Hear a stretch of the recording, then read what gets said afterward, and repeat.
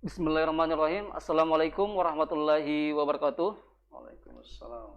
Baik, alhamdulillahirabbil alamin. Wassalatu wassalamu ala asyrafil anbiya wal mursalin sayyidina Muhammadin wa ala alihi washabihi ajmain. Amma ba'd. Baik, pemirsa penonton setia Wahda Islamiyah Mamuju atau Wahda Mamuju Channel, alhamdulillah kita kembali lagi pada program pada malam hari ini, yaitu program Cakak-Cakak Mecoa. Iya. Eh, dan pemirsa Wahda Islamiyah Mamuju atau penonton setia kita yang dimanapun Anda berada.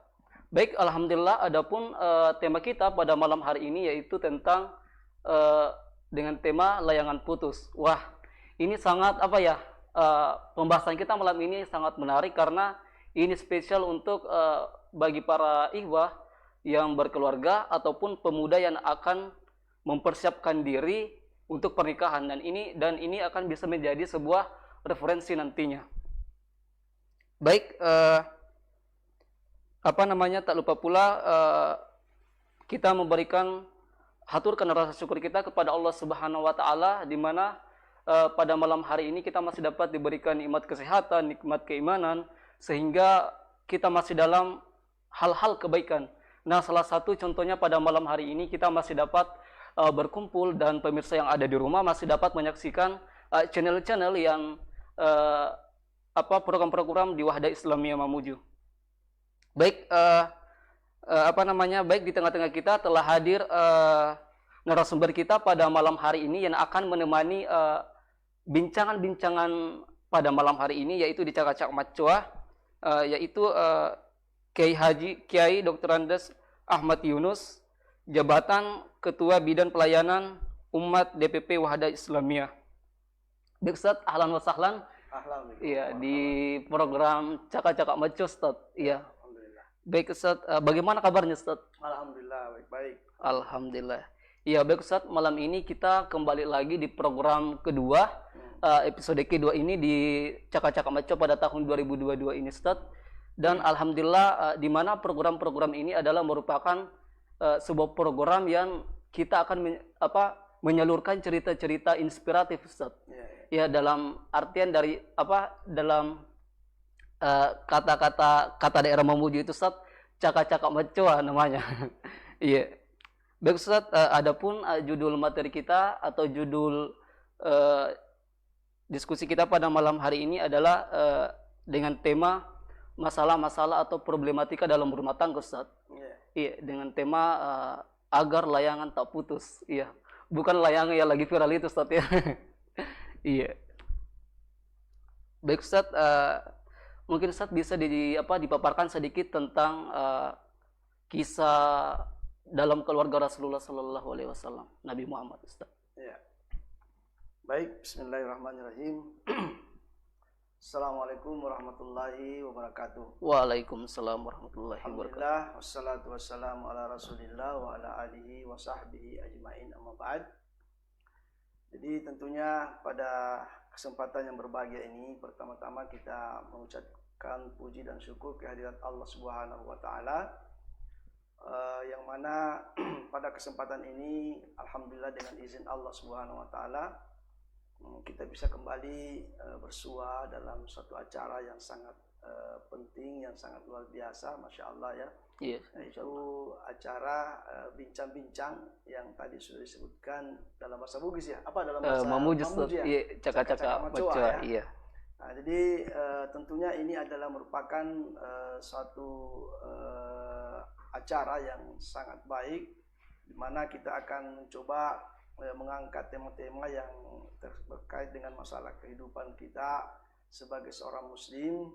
Dan pada malam hari ini kita akan mencoba berbincang-bincang sekitar masalah keluarga ya, kurang lebih seperti itu. Yang tentunya masalah keluarga ini adalah masalah yang tentunya penting untuk kita ketahui bersama, karena dia adalah sesuatu yang merupakan institusi yang begitu saklar, yang mana dari sini insya Allah ya, namanya kita ini membangun peradaban ya ke depan, itu salah satu diantaranya ialah melalui keluarga itu sendiri. Sehingga keluarga itu dikatakan di dalam Islam adalah sebuah perjanjian yang suci, sebuah perjanjian yang kuat, ya, misalkan ghaliza, ya, kalau bahasa dalam Al-Qur'annya itu. Sehingga ini memang penting untuk kita mengetahui secara seksama, secara baik, bagaimana keluarga yang semestinya atau sebaiknya, atau keluarga ideal yang tentunya kita ingin bangun di dalam kehidupan kita. Maka dalam masalah ini tentunya kita sebagai seorang muslim harus, ya, melihat bagaimana Rasulullah SAW dalam kehidupan keluarga beliau. Karena tentunya Rasulullah ini adalah seorang nabi dan rasul Allah Subhanahu wa taala yang diturunkan di muka bumi ini untuk bagaimana bisa menjadi suri teladan, ya, suri teladan, contoh yang terbaik bagi umat manusia, ya, secara khusus kita sebagai umat Islam, ya, bagaimana melihat potret kehidupan Rasulullah SAW di tengah-tengah keluarga beliau, ya. Dan secara umum di dalam Al-Quran sudah jelas dikatakan bahwa Rasulullah SAW itu adalah memiliki, ya, suri teladan yang sangat baik. Ya, laqad kana lakum fi Rasulillahi uswatun hasanah. Ya, sungguh pada diri Rasulullah SAW itu ada suri teladan yang terbaik. Nah, secara khusus dalam masalah keluarga, ya, maka tentunya Rasulullah SAW sebagai pembawa risalah, ya, sebagai memberikan pencerahan kepada umat ini, ya, di dalam keluarga beliau itu juga adalah merupakan bagian yang dimana kita bisa melihat, ya, bagaimana Rasulullah SAW di dalam keluarga beliau yang betul-betul Rasulullah SAW memperlihatkan kepada kita, ya, sebagai umat Islam bahwasanya betapa mulianya Rasulullah, akhlak beliau, ya, di dalam keluarganya. Ya, sehingga Rasulullah SAW, ya, dalam kehidupan kesehariannya bersama dengan keluarga beliau, bersama istri dan anak-anaknya, ya, ini bisa menjadi cerminan kepada kita bagaimana bisa mengambil keteladanan, ya, dari Rasulullah SAW sendiri. Dan secara umum, ya, ketika istri beliau ditanyakan tentang akhlak Rasulullah, ya, bahwa bagaimana akhlaknya Rasulullah SAW itu, maka istrinya mengatakan, ya, kana khuluqin nabi Al-Qur'an. Ya, Rasulullah SAW itu akhlaknya adalah Al-Qur'an. Ya, jadi secara umum, ya, akhlak Rasulullah itu adalah tidak terlepas daripada bagaimana Al-Qur'an itu sendiri, ya, mengajarkan tentang bagaimana masalah kehidupan. Ya, khususnya dalam kehidupan berkeluarga. Ya, maka ini penting untuk kita ketahui, sehingga kalau kita melihat bagaimana kehidupan Rasulullah SAW itu sendiri, ya, di situ kita banyak mengambil pelajaran-pelajaran yang sangat penting yang menjadi teladan buat kita, sehingga insya Allah ketika umat Islam ini khususnya sebagai seorang yang ingin membangun rumah tangga, sebelum membangun rumah tangga maka tentunya dia harus lebih dahulu bagaimana mempelajari tentang masalah-masalah keluarga itu sendiri, ya, dan tentunya tidak terlepas daripada tuntunan Al-Quran dan Sunnah Rasulullah Sallallahu Alaihi Wasallam. Karena disitulah kita bisa melihat bagaimana kehidupan Rasulullah Sallallahu Alaihi Wasallam membersamai keluarganya. Ya, sehingga secara umum juga Rasulullah SAW bisa mengatakan sebuah kalimat yang begitu indah yang sangat dikenal ketika Rasulullah mengatakan baiti jannati, ya, rumah tanggaku adalah surgaku. Dan kalimat ini tentunya tidak keluar begitu saja dari mulut atau lisan Rasulullah SAW, kecuali Rasulullah SAW merasakan bahwa keluarga beliau itu adalah keluarga yang betul-betul sangat memberikan, ya, keteduhan, ketenangan, ketentraman, keindahan, keharmonisan, dan segala hal-hal yang dirasakan oleh Rasulullah SAW begitu sangat luar biasa di dalam pribadi Rasulullah SAW. Sehingga dia mengatakan keluargaku itu, rumah tanggaku itu adalah surgaku. Dan ini tentunya kalau kita ingin jabarkan secara luas, ya, tentang bagaimana surga itu, ya, tentunya surga itu adalah tempat kenikmatan, ya, tempat kenikmatan, tempat keindahan, tempat di mana kita bisa merasakan kenikmatan yang begitu sangat luar biasa. Maka ketika ini kata-kata Rasulullah SAW, keluargaku, ya, rumah tanggaku adalah surgaku, maka tentunya Rasulullah SAW seakan-akan ketika bersama dengan keluarganya beliau itu berada di dalam surga. Ya, beliau berada di dalam surga karena beliau bisa merasakan bagaimana ketenangannya bersama dengan istrinya, bagaimana keindahan yang dirasakan, keharmonisan, ya, yang tentunya ini adalah sesuatu yang kita inginkan di dalam keluarga kita. Ya, keluarga Rasulullah bukanlah tentunya sebuah keluarga yang tidak memiliki riak-riak ya dalam keluarga beliau. Tetapi riak-riak itu justru ya menjadi penguat, menjadi sesuatu yang menjadikan keluarga beliau lebih baik, lebih kuat ya. Karena kenapa? Di tengah-tengah keluarga beliau ya, beliau memiliki yang namanya sifat ya saling mendukung, saling menguatkan ya, saling memberikan istilahnya saling menghargai ya, saling memberikan solusi ketika ada masalah ya, dan seterusnya. Dan ini adalah sebuah bentuk keluarga Rasulullah SAW yang sangat luar biasa, yang dijabarkan di dalam Al-Quran dan juga dalam sunnah baginda Rasulullah SAW. Sehingga ketika kita ingin tentunya membangun keluarga, maka tidak ada contoh yang terbaik yang bisa kita jadikan sebagai contoh dalam kehidupan kita ini, khususnya dalam berkeluarga, selain daripada apa yang datang dari Rasulullah SAW, baik secara lisan melalui sabda-sabda beliau, demikian pula dari sisi perbuatan-perbuatan beliau yang kita baca di dalam hadis-hadis beliau, bahwasanya Rasulullah mempergauli keluarganya itu begitu sangat luar biasa, ya sangat baik. Karena Rasulullah mengatakan sendiri bahwa ya manusia yang terbaik itu adalah manusia yang memiliki ya pergaulan yang baik kepada keluarganya, yang atau mempergauli keluarganya dengan baik. Dan saya sendiri, kata Rasulullah, adalah orang yang terbaik di antara kalian, dan aku adalah orang yang terbaik kepada keluargaku. Jadi secara umum begitu keluarganya Rasulullah SAW. Sehingga ini tentunya perlu untuk kita banyak belajar, ya, membaca tentang bagaimana keluarga Rasulullah SAW. Karena kalau ini kita ingin bahas secara luas, secara panjang lebar, tentunya ini tidak akan waktu yang cukup ya untuk kita mau menceritakan semua bagaimana keluarga Rasulullah SAW. Tapi ini hanya sekedar gambaran umumnya saja bahwa Rasulullah itu memiliki keluarga yang sangat luar biasa. Ya, di sana ada ketenangan, di sana ada ketentraman, ada kedamaian yang dirasakan oleh baginda Rasulullah sendiri bersama dengan keluarganya. Ya, sekira seperti itu. Ya.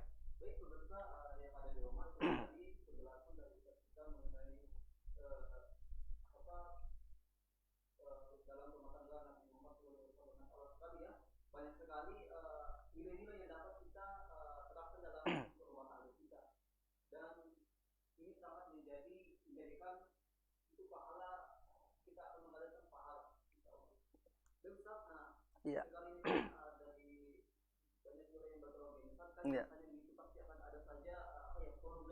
Ya, betul. Faktor-faktor apa saja yang membuat pelayanan dalam arti tanda kutip ini keluarga itu bisa retak? Iya, baik. Jadi tentunya yang pertama yang ingin saya sampaikan bahwa ketika kita ingin memulai berniat untuk berkeluarga, maka tentunya yang paling pertama yang kita ingin harus hadirkan dalam diri kita adalah niat itu sendiri. Ya, apa niat kita untuk membangun keluarga itu? Ya, apa niat kita untuk berkeluarga? Ya, kemudian setelah niat kita ini kuat, maka tentunya diikuti dengan sebuah proses, ya proses pencarian lah. Ya, karena sudah ada niat ya, ada niat untuk berkeluarga. Maka tentunya kita ini mau mencari, ya karena yang namanya pasangan hidup kita ini, ya ini akan menjadi pendamping dalam kehidupan kita. Ya, ada pepatah mengatakan salah memilih pasangan itu akan kita menyesal seumur hidup. Ya, maka ini perlu kita ada hati-hati. Nah, dalam kehati-hatian inilah pentingnya kita perlu banyak belajar, ya belajar untuk kemudian melihat dengan siapa kita harus menikah. Ya, dengan siapa kita menikah, siapa perempuan yang kita ingin jadikan sebagai pasangan hidup kita. Karena ini penting, ya ini penting. Makanya Rasulullah SAW mengatakan bahwa perempuan itu dinikahi oleh karena 4 perkara ya, 4 perkara. Nah, Rasulullah mengatakan ada orang yang mencari calon istri ya itu karena semata-mata melihat kecantikannya saja. Yes. Ya, ada orang yang mau mencari istri melihat bagaimana hartanya, ya, kemudian keluarganya, keturunannya, ya, Yes. dan agamanya. Lalu kemudian Rasulullah SAW memberikan penekanan, fasfar bizatid-din taribat yadak. Ya, kalau sekiranya kau mencari ya perempuan, itu tidak ada salahnya untuk kemudian mencari yang pada kriteria itu, ya, 4 kriteria itu. Tetapi ini kan persoalan yang istilahnya tidak mudah, ya, Yes. untuk bisa mendapatkan calon istri yang mengumpulkan 4 kriteria itu, Iya, kan. sempurna Ya, sekali. ya. Sehingga tentunya kalaupun sekiranya kita bisa dapatkan, maka ini sesuatu yang sangat luar biasa. Ya, ini kesyukuran kita kepada Allah, dan ini adalah sesuatu yang langka mungkin terjadi, ya. Tapi paling tidak ketika kita mencari istri, maka ya ini yang harus menjadi patokan utama dan pertama sekali, itu adalah masalah agamanya. Ya, fasfar bizatid-din taribat yadak. Bagaimana agamanya? Ya, adalah persoalan cantik, berharta atau keturunannya itu penting, tapi itu menjadi urutan yang selanjutnya. Ya, urutan setelah bagaimana agamanya. Ya, karena kita ingin mencari istri soleha. Ya kan, seperti itu. Dan istri soleha itu tentunya adalah istri yang memiliki pemahaman agama dan pengamalan agama yang baik, ya, yang kita ingin jadikan sebagai calon istri kita. Sehingga ketika nanti kita sudah menikah dengannya, maka insya Allah tentunya inilah agama yang akan menjadi barometer, yang akan menjadi tolak ukur, yang akan menjadi sesuatu yang mengimbangi kehidupan kita nanti. Ya, dalam artian bahwa dalam kehidupan ini mungkin banyak persoalan-persoalan yang kita hadapi, ya, dalam berumah tangga. Yes. Dan saya kira tidak ada rumah tangga yang tidak ada masalahnya, kan? Iya. Ya, hampir rata-rata dikatakan semua rumah tangga ada masalahnya. Tapi bagi keluarga yang masing-masing berada pada pemahaman yang agama yang baik, yaitu beda sekali dengan orang yang berkeluarga tapi tidak memiliki pemahaman agama yang baik. Ya, tentunya antara suami dan istri itu harus latar belakang agama yang baik. Makanya dalam Al-Quran dikatakan bahwa perempuan yang baik itu akan mendapatkan pasangan yang baik juga. Ya, kalau perempuan yang buruk, dia akan juga mendapatkan pasangan yang buruk. Maka tentunya kalau kita ingin mendapatkan istri yang soleha, maka tentunya yang pertama kita harus solehkan adalah diri kita dulu. Iya. Ya, kita harus menjadi orang yang soleh. Mudah-mudahan ya kita bisa mendapat calon istri yang soleh. Insya Allah seperti itu. Nah, ini yang pertama yang kita harus lakukan, harus kita jadikan diri kita menjadi orang saleh. Kemudian ketika kita mencari wanita, jangan semata-mata hanya melihat ya kecantikannya saja, walaupun itu tidak apa-apa, boleh-boleh saja, melihat kehartanya, melihat keturunannya, tetapi yang paling pertama yang kita harus lihat bagaimana agamanya. Ya, bagaimana. Adapun masalah lainnya insya Allah dia akan menyusul, ya, boleh jadi setelah kita berumah tangga semuanya akan bisa kita dapatkan, dan semuanya akan menjadi indah insya Allah. Istri kita akan menjadi cantik ya dengan agamanya, istri kita akan dimudahkan hartanya berdasarkan agamanya, dan istri kita keturunannya akan menjadi baik karena agamanya. Maka ini yang pertama yang kita ingin kuatkan. Maka salah satu sebab ya biasanya hubungan itu bisa retak tadi, ya, keluarga ada keretakan, ada persoalan yang tentunya kita semua tidak inginkan, yaitu dalam persoalan itu. Ya, karena agama daripada pasangan ini yang kurang baik. Pemahaman agama khususnya tentang bagaimana menjadi seorang suami misalnya, menjadi seorang istri ini yang kurang dipahami secara baik. Apa yang menjadi hak dan tanggung jawab misalnya dalam Islam diajarkan bagaimana seorang suami ya dalam keluarga, bagaimana seorang istri dalam keluarga. Ini mesti harus dipahami, harus diketahui. Ya, maka inilah pentingnya agama. Karena agama inilah yang akan mengantar kita untuk bisa kita berada pada posisi yang baik ya sebagai seorang suami, sebagai seorang istri. Karena kalau kita sudah berkeluarga itu awal-awalnya mungkin masih terasa ya tidak ada masalah ya, masih istilahnya indah-indah semuanya ya. Tetapi kalau sudah berjalan sekian tahun ya, sekian lama, maka disitulah mulai keluarga kita diuji oleh Allah Subhanahu wa taala. Maka kalau agama ini kuat ya, kita memiliki pemahaman agama yang kuat, pengamalan agama yang kuat, maka insya Allah keluarga kita ini akan bisa kita pertahankan, ya tetap bisa kita kuatkan. Ya kalau ada masalahnya, insya Allah bisa kita selesaikan dengan baik. Karena kenapa? Kita semua masing-masing memiliki pemahaman agama yang baik. Saya kira seperti itu. Jadi itu persoalan pertama yang harus kita perbaiki dulu, yaitu niat. Ya kemudian kita mencari pasangan istri yang soleha. Ya kemudian di dalam rumah tangga tentunya kita harus punya yang namanya kerjasama yang baik. Ya kerjasama, saling memahami. Ya saling memahami, saling menghargai, saling menghormati. Tidak memperuncing kalau ada masalah, ya, tapi kita sama-sama punya niat untuk memperbaiki. Ya, seperti itu. Terkadang ada keluarga, ya, karena kita punya ego masing-masing.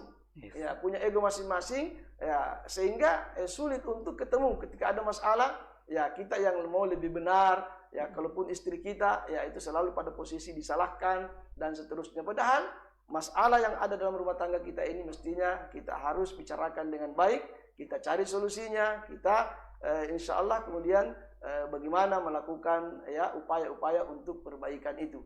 Ada niat kita untuk memperbaiki ketika ada masalah.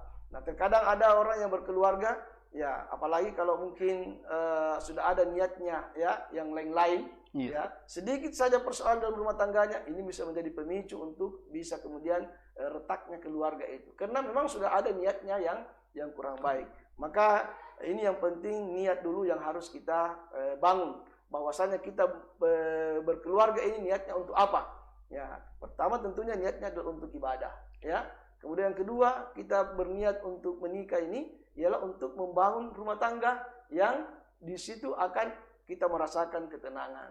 Ada kita rasakan yang namanya sakinah ya bersama dengan keluarga kita, dan dari situ kemudian kita berharap dari keluarga kita ada keturunan anak-anak yang saleh yang kita rindukan, dambakan, ya Allah Subhanahu wa taala berikan, karena anak-anak saleh ini nanti akan menjadi pelanjut estafet perjuangan kita.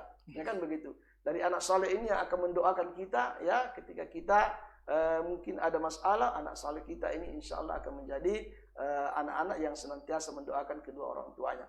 Dan ini penting sekali untuk dipahami. Pertama, bagaimana memperbaiki niat kita, kemudian mencari calon istri yang saleh, kemudian kita harus banyak belajar di dalam kebersamaan bersama istri, ibaratnya sama dengan perahu itu yang punya baling apa dia punya apa namanya itu yang sampingnya ya. Iya, sampingnya. Ya, jadi kalau yang satunya naik kita harus turun, yang satunya turun kita harus naik. Jadi harus ada keseimbangan. Iya, keseimbangan. Ya, tidak boleh antara satu dengan yang lainnya semuanya mau naik. Ya, semua atau mau turun tidak boleh. Ada keseimbangan sehingga insya Allah rumah tangga kita ini berjalan dengan baik. Iya, Masya Allah. Saya kira seperti itu yang penting kita ketahui.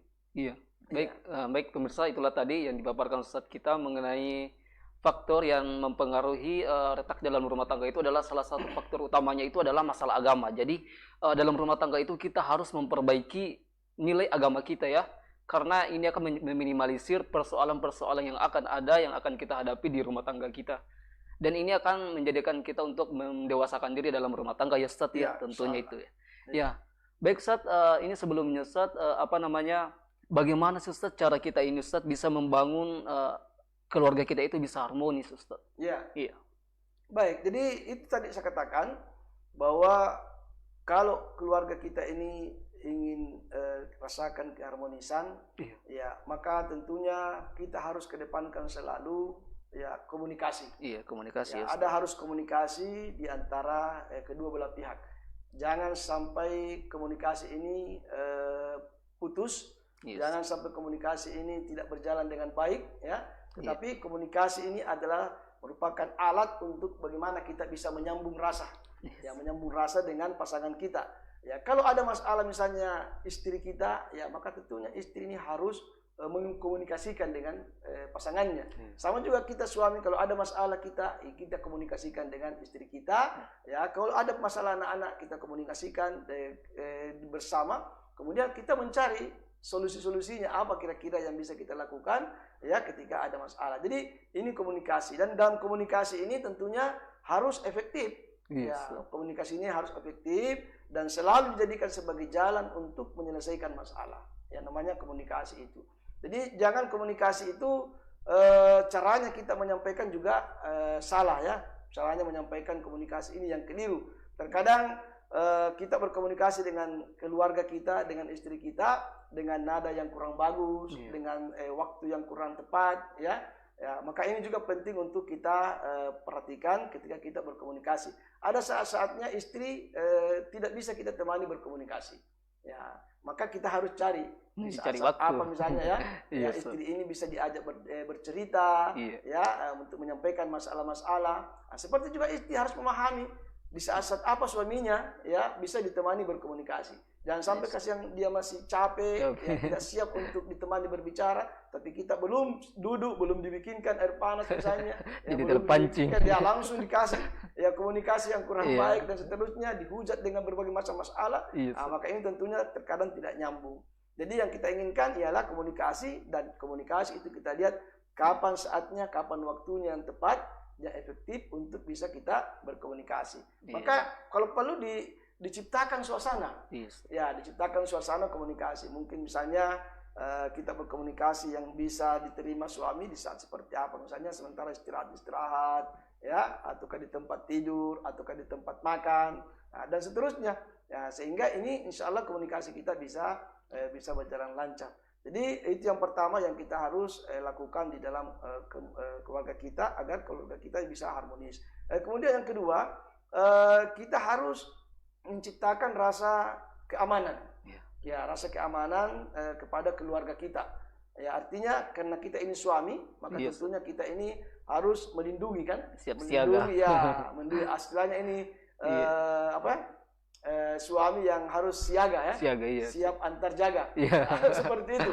Ya, itu salah satu diantaranya, siap melayani istrinya kapan dibutuhkan. Ya, kalau istrinya butuh ini, ya, maka tentunya kita usahakan untuk bagaimana memenuhi kebutuhan istri kita, menjaga istri kita keamanannya, ya, di rumah, ya, di luar rumah, ya, karena kita ini adalah pemimpin. Ar-rijalu qawwamuna 'alan nisa. Ya, kita ini harus menjadi pagar, ya, menjadi kekuatan, menjadi pelindung, ya, pengayom, ya, dari keluarga kita, karena kita ini adalah suami. Dan perlu ada yang namanya saling memahami apa yang menjadi tanggung jawab kita masing-masing. Nah, ini istri misalnya harus memahami apa hak dan tanggung jawabnya, suami juga memahami apa hak dan tanggung jawabnya. Ini untuk apa? Supaya di dalam rumah tangga kita ini, peran-peran kita ini betul-betul bisa berjalan dengan baik, secara efektif. Apa peran suami? Ya, secara umum kan suami itu dia punya peran ialah bagaimana mencari nafkah misalnya, kan? Ya, maka suami ini seboleh-bolehnya, sekuat-kuatnya untuk bagaimana mencari nafkah untuk keluarganya. Ya, bukanlah banyaknya sebenarnya itu istri yang dia inginkan, tapi kalau banyak, ya alhamdulillah. Ya, kan paling tidak ialah bagaimana tanggung jawab itu betul-betul suami bisa perlihatkan kepada istrinya bahwa suamiku bertanggung jawab dengan keluarganya, dicarikan nafkah untuk dirinya dan anak-anaknya, misalnya memberikan rumah, ya, memberikan kendaraan, tempat tinggal yang baik. Ini adalah hak istri kita yang kita harus penuhi sebagai seorang suami. Nah, kemudian istri juga, ya, ketika suaminya mungkin memiliki kelemahan, kekurangan, ya, bukan dijadikan kelemahan, kekurangan itu sebagai alasan untuk kemudian bagaimana memposisikan suami kita, pasangan kita pada posisi yang kurang baik. Misalnya dengan cara kita menghardik suami kita mengatakan suami kita pemalas, kita mengatakan suami kita dengan kata-kata yang kasar dan seterusnya.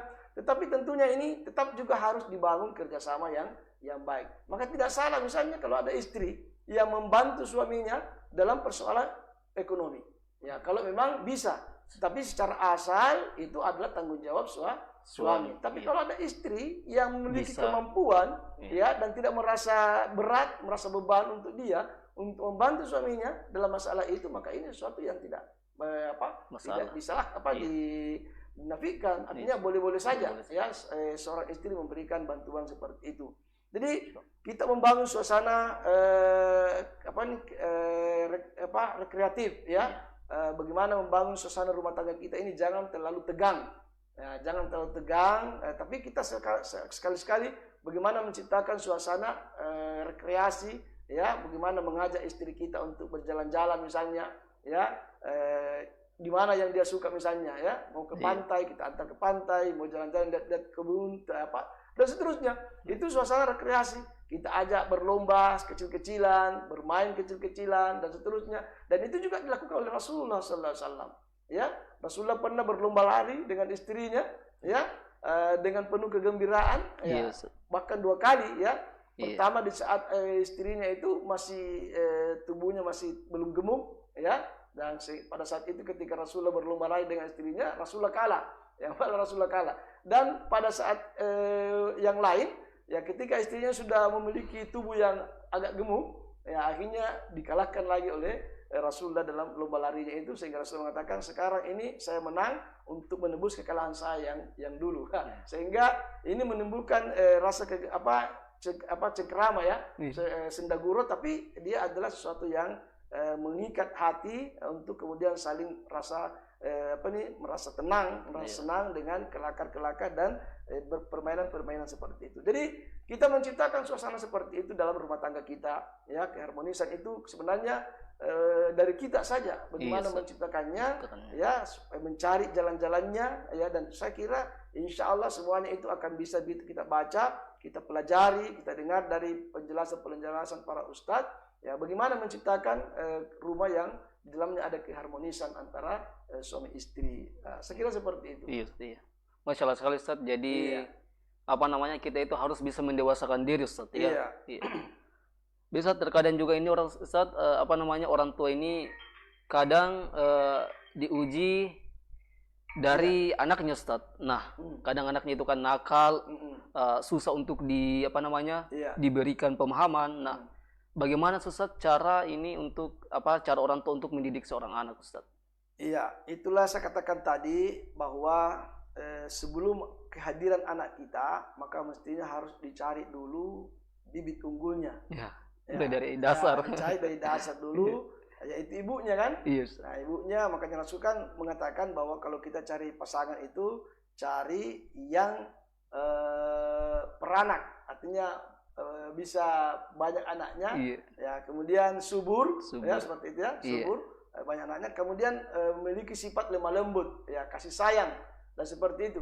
Dan ciri-ciri lain sebagai seorang wanita saleha, ya, seperti itu yang tentunya kita harapkan, karena wanita saleha ini adalah perhiasan dunia yang paling indah, ya kan, wanita saleh. Nah, dari situ kemudian disinilah awalnya kita akan mencoba menanamkan bibit kita, ya, dari rahim istri kita yang saleh itu, dan kita juga sebagai insya Allah seorang suami yang saleh, ya kan. Nah, maka dari bibit itulah kemudian kita berharap, ya, bagaimana anak-anak kita nanti yang lahir ini menjadi anak-anak yang saleh, kan harapan kita begitu. Bagaimana bisa mencetak anak-anak yang saleh, ya. Maka pendidikan yang pertama yang kita harus lakukan kepada anak-anak kita, ya, sebelum dia lahir itu sejak dari perut ibunya. Ya, mestinya sejak dalam perut ibunya itu anak-anak sudah bisa diberikan pendidikan. Dan pendidikan itu mungkin secara tidak langsung. Misalnya seorang ibu yang dalam keadaan hamil, ya, menghamilkan anaknya, maksudnya di dalam perutnya ada anaknya, kandungan, ya, mengandung, ya, maka seorang ibu mestinya harus banyak melakukan amalan-amalan yang disyariatkan oleh agama. Misalnya sunnah-sunnah, istilahnya banyak mengaji, ya, kemudian banyak berzikir, kemudian memperbaiki ibadahnya, banyak berdoa, ya, mendoakan anaknya yang sementara dalam perutnya. Nah, itu adalah awal-awal yang perlu dilakukan oleh seorang ibu kalau punya harapan, keinginan untuk bagaimana anak yang akan hadir ini di tengah-tengah mereka adalah anak-anak yang saleh. Nah, dari sejak itu sebenarnya pendidikan itu sudah ditanamkan. Nah, apalagi kalau dia sudah lahir, ya, maka sejak lahir agama kita ini mengajarkan, walaupun ini ada khilaf ulama, ya, diazankan, ya, diazankan, diqamatkan, kemudian setelah itu di saat umurnya sudah 7 hari diakikah, ya. Ini semua adalah penanaman nilai-nilai Islam kepada anak-anak kita, diberikan nama yang baik, ya, dan seterusnya. Nah, setelah kemudian pada saat anak-anak kita ini sudah mulai beranjak, sudah belajar, mendengar, melihat, mencontoh, maka ini peranan orang tua lah yang di sini banyak perlu mengambil peran yang aktif, memberikan contoh kepada anak-anaknya, ya, bahwa seperti inilah orang tuamu, ya. Kita ajak anak kita secara langsung, bawa ke masjid misalnya salat, bawa melihat orang-orang yang banyak mengaji. Nah, pendidikan-pendidikan begitu penting untuk ditanamkan kepada anak-anak kita sambil kita ajarkan prinsip-prinsip yang mendasar dalam agama ini. Ya, misalnya ajar bagaimana tentang salat, puasa, kemudian ajar mengaji. Nah, ini mulai. Jadi memang pendidikan secara berkesinambungan itu tidak boleh terputus kepada anak-anak kita. Ya, adapun nanti kemudian ya namanya anak-anak ya. Ya biasanya ya, apa yang kita harapkan itu tidak seperti yang kenyataannya.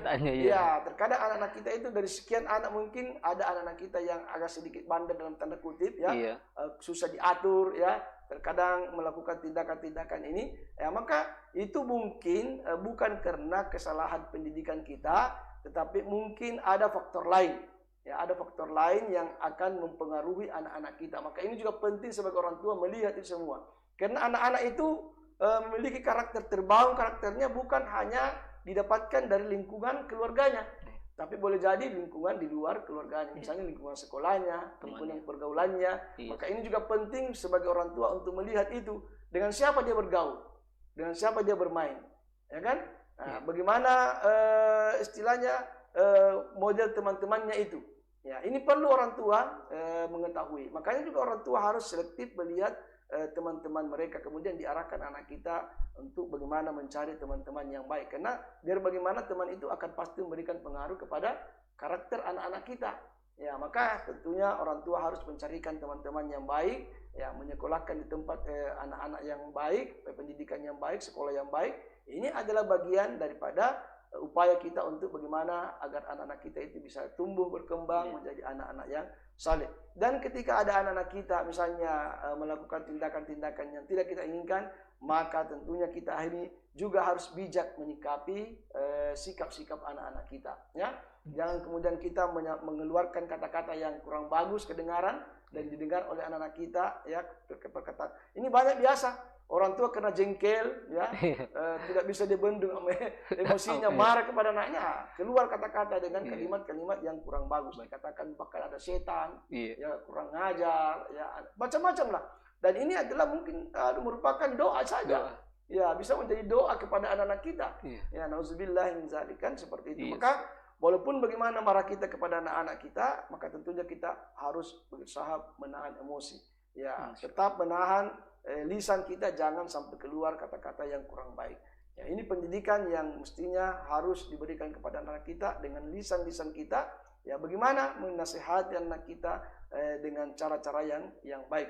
Ya, saya kira seperti itu. Kemudian yang paling penting lagi ialah bagaimana memberikan contoh-contoh yang terbaik kepada anak-anak kita. Ya, insya Allah dengan cara itu tentunya semuanya kita kembalikan kepada Allah, kan? Karena Allah yang menentukan. Yang jelasnya kita sudah berikhtiar. Dan ketika ada anak-anak kita yang dalam tanda kutip masih kurang bisa diatur atau ada karakter-karakternya yang tidak kita inginkan, maka ini harus disikapi dengan bijak, harus disikapi dengan cara yang baik, dengan tetap lemah lembut kepada anak kita.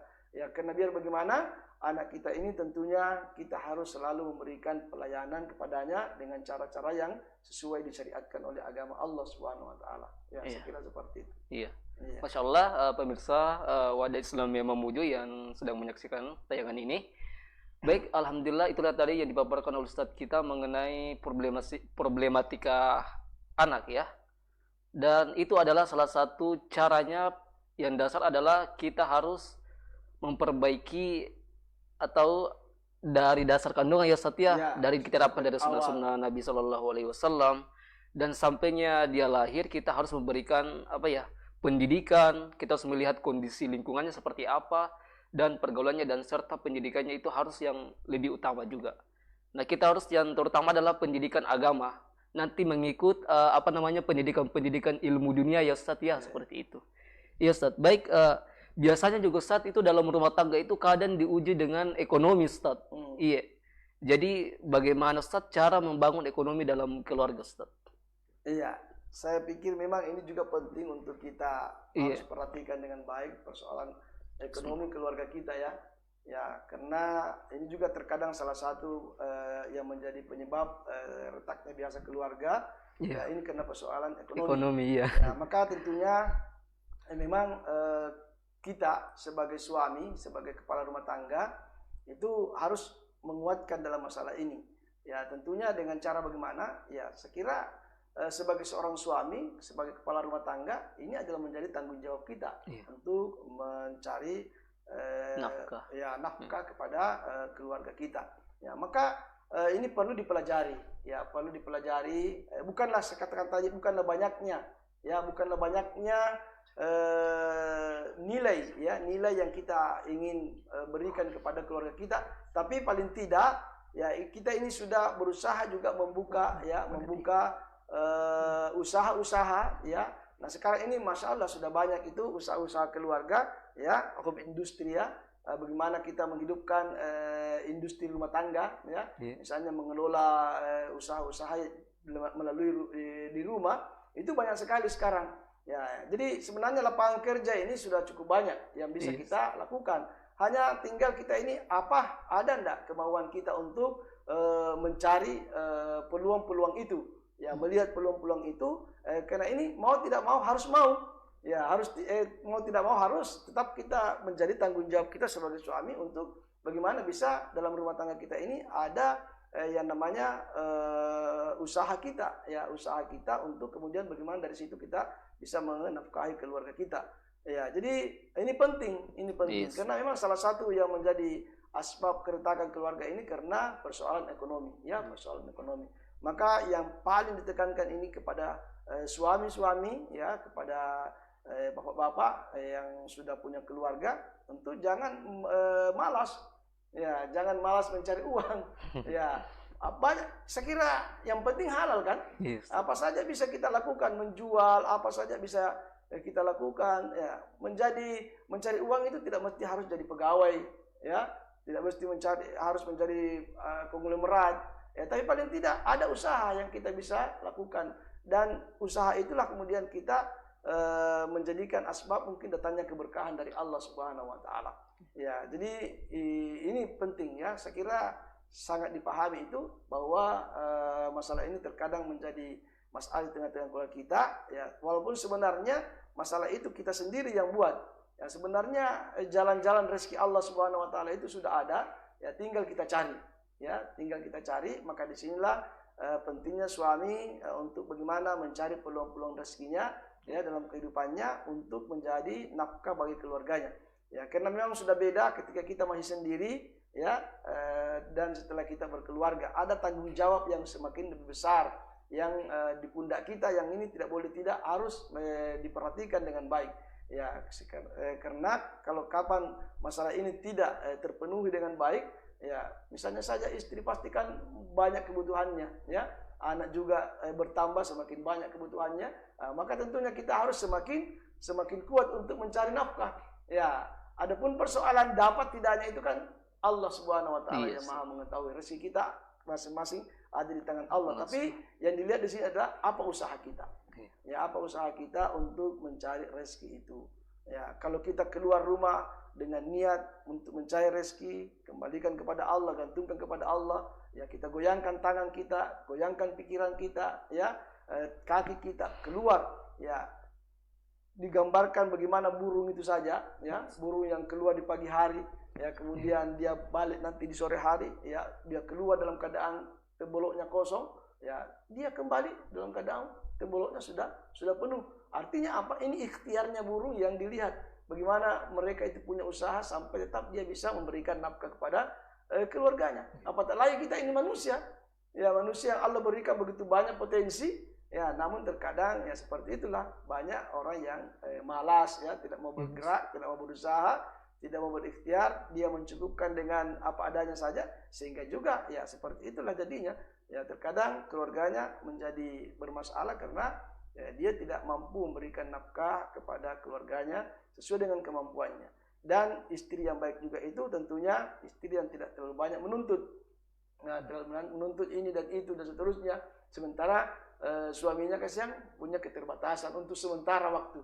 bukan berarti dia tidak ingin penuh, tapi untuk sementara waktu pada saat itu Iya. mungkin belum mampu. Belum mampu. Ya, belum mampu. Maka tentunya seorang istri lah di sini juga dituntut perannya untuk banyak mendoakan suaminya, kemudian rezekinya, kemudian memberikan masukan-masukan, ya, saling sharing informasi. Kalau perlu dicarikan peluang-peluangnya, nanti istri suaminya yang lakukan misalnya. Dan bahkan kalau perlu ada kerjasama, ya ada kerjasama dalam persoalan ini. Dan itu sesuatu yang sangat luar biasa. Ya, suami istri yang kerjasama di dalam bagaimana mencari nafkah untuk keluarganya. Ya, saya kira seperti itu.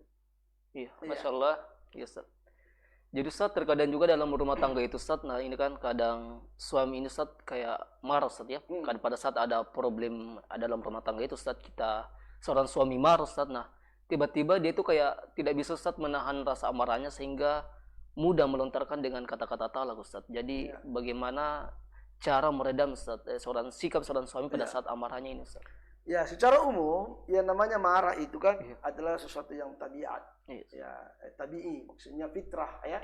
Semua orang punya potensi untuk bisa marah ya, apalagi kalau memang pemicunya berat. Ya, maka pasti orang marah lah.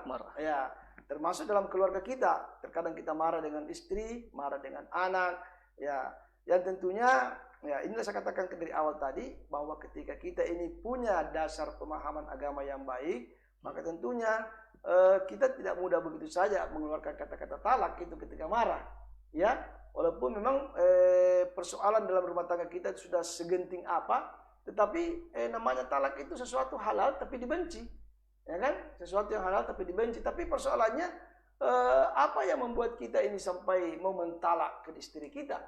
Ya, padahal sebenarnya masih ada jalan untuk bisa memperbaiki, masih ada harapan untuk bisa membangkitkan kita punya keluarga, semangat hidup keluarga kita. Ya, tapi karena itulah emosi terkadang ini, yang namanya emosi, marah, terkadang begitu saja orang muda mengeluarkan kata-kata talak. Ya, itu pertama karena dasar agamanya tidak ada, ya, tidak memahami tentang masalah itu. Kemudian dia tidak memahami apa akibatnya. Apa akibatnya ketika dia sudah mentalak istrinya, ya, sudah mentalak istri atau membubarkan keluarganya, ya, menggugurkan kebersamaannya dengan keluarganya. Apa akibatnya itu?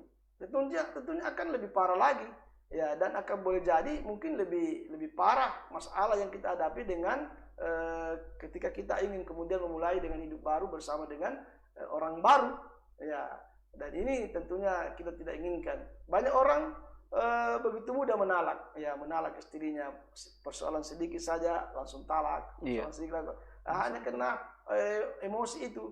Jadi ini tentunya kita tidak inginkan. Jadi kalau kita marah, semestinya kita harus berusaha bagaimana meredam marah kita. Ya, kalau ada masalah dalam rumah tangga, ya, kalau istri kita marah-marah misalnya, jangan layani. Ya, ini harus ada trik-trik yang kita harus bangun dari pelajaran kita.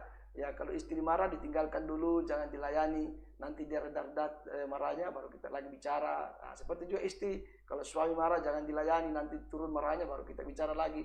Jadi ibaratnya memang ini permainan dalam keluarga kita ini kita sendiri yang mengatur. Ya, kita men-settingnya, ya, supaya bagaimana hidup rumah tangga kita ini bisa betul-betul berjalan dengan baik. Ya, jadi kalau kita marah, bagaimanalah kita caranya untuk menahan marah kita, ya kan? Ini yang sekira secara umum biasa saja, ya biasa saja. Artinya tidak ada tidak ada istilahnya trik yang paling baik itu, ya kecuali kalau kita marah, ya duduk.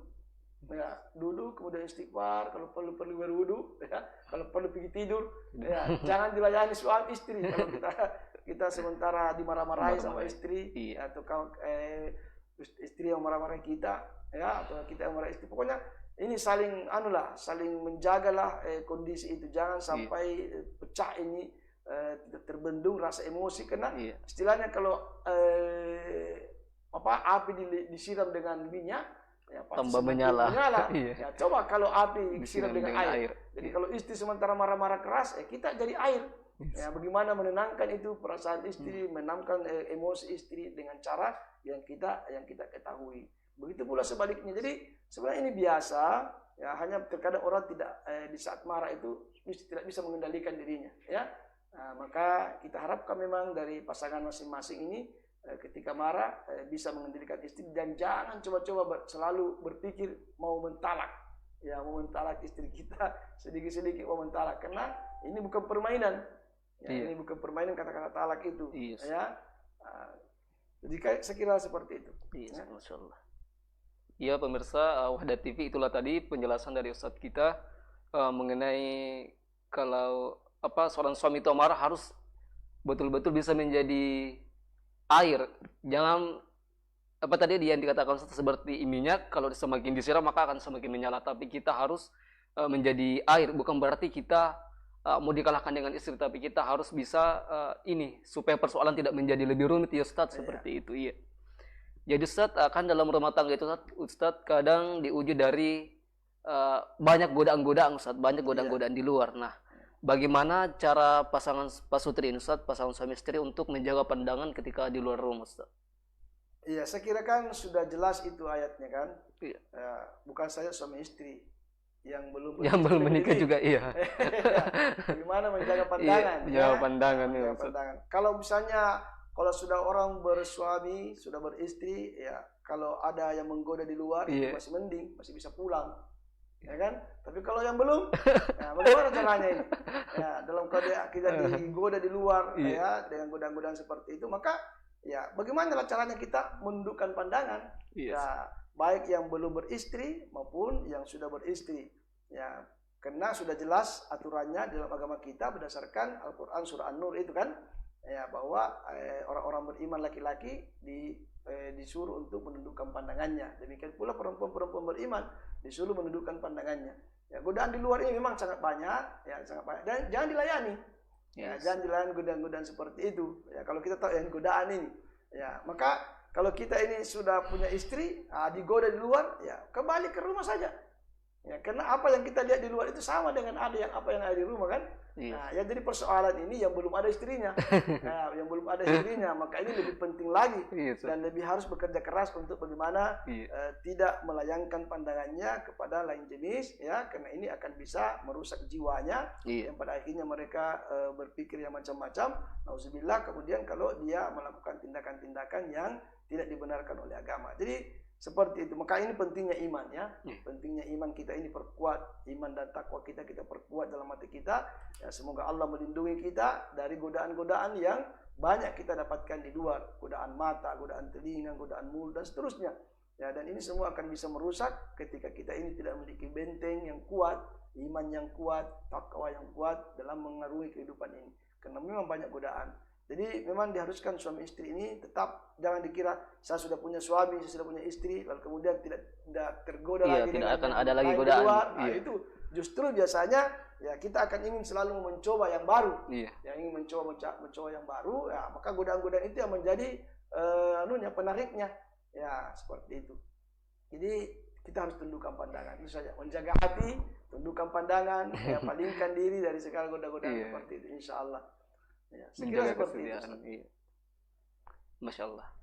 Ya Ustadz, ya terasa Ustadz kita sudah di ujung acara Ustadz. Iya. Alhamdulillah. Baik Ustadz, mungkin satu poin lagi dari saya Ustadz. Apa kesan dan pesan Ustadz bagi para pemirsa ya Wahda TV yang sedang menonton ini dalam hal untuk membangun rumah tangga atau pemuda-pemuda yang akan menuju pernikahan Ustadz? Iya. Jadi kesan dan pesan saya yang terakhir dari acara ini, yang pertama tentunya saya tujukan kepada saudara-saudara saya, saudara-saudara saya yang saya cintai karena Allah, ya, yang ketika sudah memiliki niat ya untuk bagaimana membangun rumah tangga, maka pertama-tama mari kita mulai banyak belajar, ya, banyak memahami persoalan-persoalan tentang keluarga itu sendiri. Nah sekarang Masya Allah, Alhamdulillah sudah banyak buku-buku yang menjelaskan tentang itu, tinggal keinginan kita untuk belajar. Kata orang tua kita dulu, ya, kalau mau menikah kelilingi dulu dapur 7 kali. Itu sebenarnya kata-kata filsafat, ya, filosofinya adalah sangat mendalam. Ialah bahwasanya kita disuruh sebelum menikah, ya, itu belajar dulu banyak-banyak. Ya, bagaimana menjadi seorang suami, apa yang menjadi hak dan tanggung jawab dan seterusnya terkait dengan keluarga. Jadi ini yang pertama saya ingatkan dan saya pesankan bahwa banyaklah belajar dan tentunya mempersiapkan diri dengan ilmu, ya, bagaimana menjadikan diri kita ini sebagai seorang pemuda yang kuat, ya, kuat imannya, ya, kuat fisiknya, bahkan kuat semangatnya, ya. Nah, karena kita akan menghadapi sebuah perjalanan ini yang tentunya di situ lebih banyak tantangannya, ya, ketika kita berkeluarga nanti misalnya, ya, maka itu yang pertama, ya. Kemudian yang kedua saya ingin sampaikan bahwa kalau kita ingin mencari pasangan hidup, ya, maka tentunya lihatlah apa yang dikatakan oleh Rasulullah SAW, bahwa silakan mencari pasangan hidup yang punya kriteria yang disebutkan itu, tetapi tentunya yang paling penting di antara ketiganya itu adalah agamanya, ya. Fasfar bizatid din, ya, taribat yadaka. Pilihlah perempuan yang bagus agamanya, karena dia akan menjadi pendamping kalian, ya, dunia akhirat. Ya, dia akan menjadikan kalian merasakan ketenangan, ya, kedamaian, ya, kesejukan, kelemah lembutan yang begitu baik di dalam keluarga kalian nantinya, ya, dengan kehadiran istri yang saleh dalam kehidupan kita. Nah, itu. Dan kemudian setelah kita berkeluarga, maka tentunya lebih ditekankan lagi untuk semakin banyak belajar. Ya, semakin banyak belajar, karena tentunya kita punya posisi sudah tidak seperti lagi ketika kita masih sendiri, ya, tanggung jawab semakin besar, ya, amanah semakin banyak, ya, maka tentunya lebih dikuatkan lagi yang namanya bekalan-bekalan dalam kehidupan kita, termasuk ilmu tadi tetap ditingkatkan iman, takwa kita, kemudian berusaha untuk lebih banyak lagi mencari kebaikan-kebaikan, ya, untuk keluarga kita, ya, untuk keluarga kita, ya, karena insya Allah kita ini sudah menjadi kepala rumah tangga, ya, kepala rumah tangga, menjadi seorang suami, ya, dan ini tentunya secara khusus dalam Al-Quran disampaikan, ya ayyuhallazina amanu qu anfusakum wa ahlikum nara. Tanggung jawab besar kita ialah bagaimana menjaga diri kita dan menjaga keluarga kita dari api neraka Allah Subhanahu wa taala. Maka tentunya ini bukan hal yang mudah, hal yang ringan, tetapi dibutuhkan kekuatan yang sangat prima.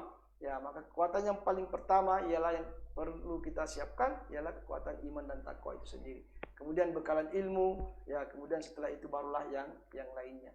Dan kita harapkan mudah-mudahan dari kita ini keluarga-keluarga kaum muslimin, ya, bisa dikuatkan oleh Allah Subhanahu wa taala menjalani kehidupan ini. Mudah-mudahan kita semua bisa dijaga oleh Allah dari segala hal yang bisa menghancurkan atau menjadikan keluarga kita ini berantakan atau menjadi keluarga yang tidak lagi bisa menghadirkan kebaikan-kebaikan pada diri keluarganya dan juga kepada orang lain. Ya, jadi seperti itu pesan saya, wasiat saya kepada diri saya, karena saya juga ini termasuk orang yang masih banyak kelemahan, banyak kekurangan, ya, maka ini nasihat tentunya pertama-tama saya tunjukkan pada diri saya, bahwa kita ini perlu semakin kuat, semakin tegar menghadapi kehidupan ini, baik secara pribadi kita sendiri dalam keadaan sendiri, demikian pula ketika kita sudah berkeluarga nantinya, karena di situ akan kita hadapi begitu banyak ujian, tantangan dalam kehidupan ini. Maka semoga Allah melindungi kita semua, yang memberikan kekuatan kepada kita untuk bisa mengatasi setiap problema, masalah yang kita hadapi, dan semoga Allah Subhanahu wa taala memberikan kebaikan-kebaikan kepada kita semua, ya. Kira begitu. Iya. Masya Allah sekali Ustaz penjelasannya pada malam hari ini.